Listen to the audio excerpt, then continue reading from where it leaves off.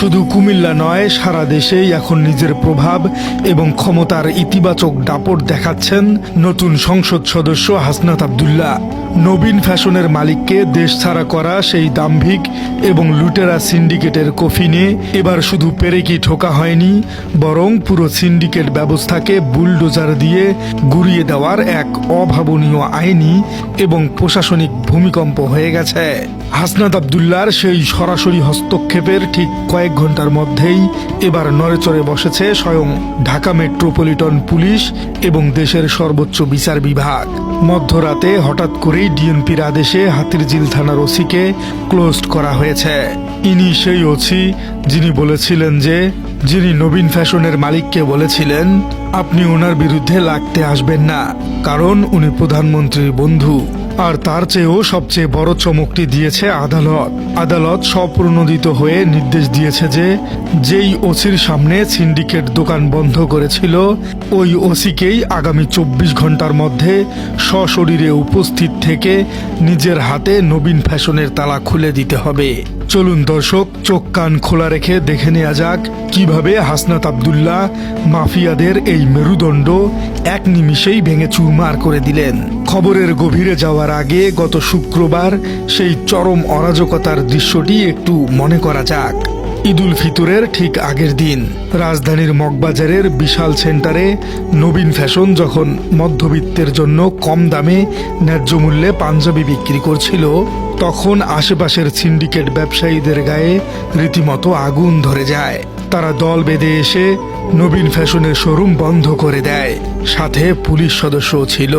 তাদের ঔদ্ধত্য এতটাই বেশি ছিল যে তারা কম দামে পণ্য বিক্রয় করাকে তাচ্ছিল্য করে রিলিফ দেওয়া বা ত্রাণ দেওয়ার সঙ্গে তুলনা করেছিল।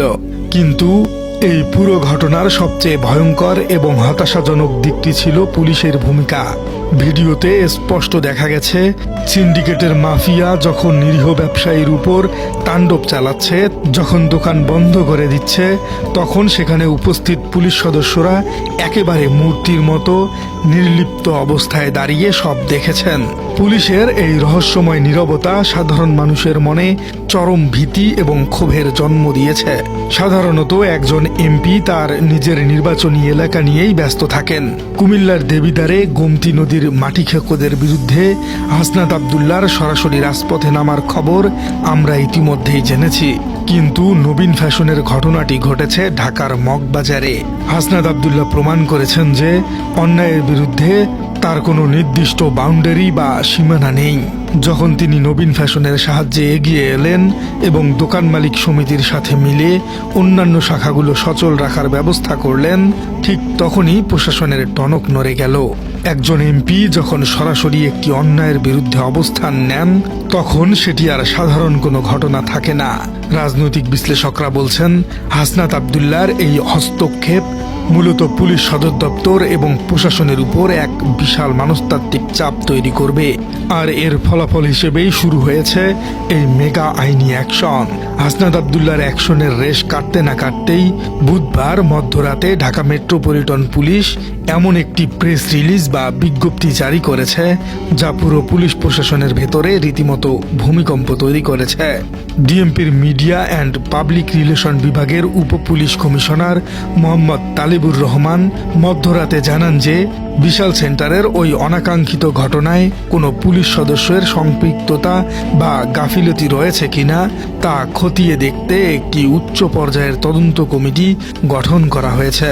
আর সবচেয়ে বড় ধাক্কাটি দেওয়া হয়েছে হাতিরঝিল থানার ভারপ্রাপ্ত কর্মকর্তা গোলাম মর্তুজাকে। পরিস্থিতির চরম গাফিলতির কারণে তাকে তাৎক্ষণিকভাবেই থানা থেকে সরিয়ে ডিএমপির হেডকোয়ার্টার্সে সংযুক্ত বা ক্লোজ করা হয়েছে। শুধু ওসি নন, ঘটনাস্থলে থাকা এক সহকারী উপপরিদর্শককেও রাজারবাগ পুলিশ লাইনসে সংযুক্ত করা হয়েছে। এটি মূলত প্রমাণ করেছে যে সিন্ডিকেটকে প্রশ্রয় দেওয়া কোনো পুলিশ কর্মকর্তাই আর নতুন বাংলাদেশে পার পেয়ে যেতে পারবে না।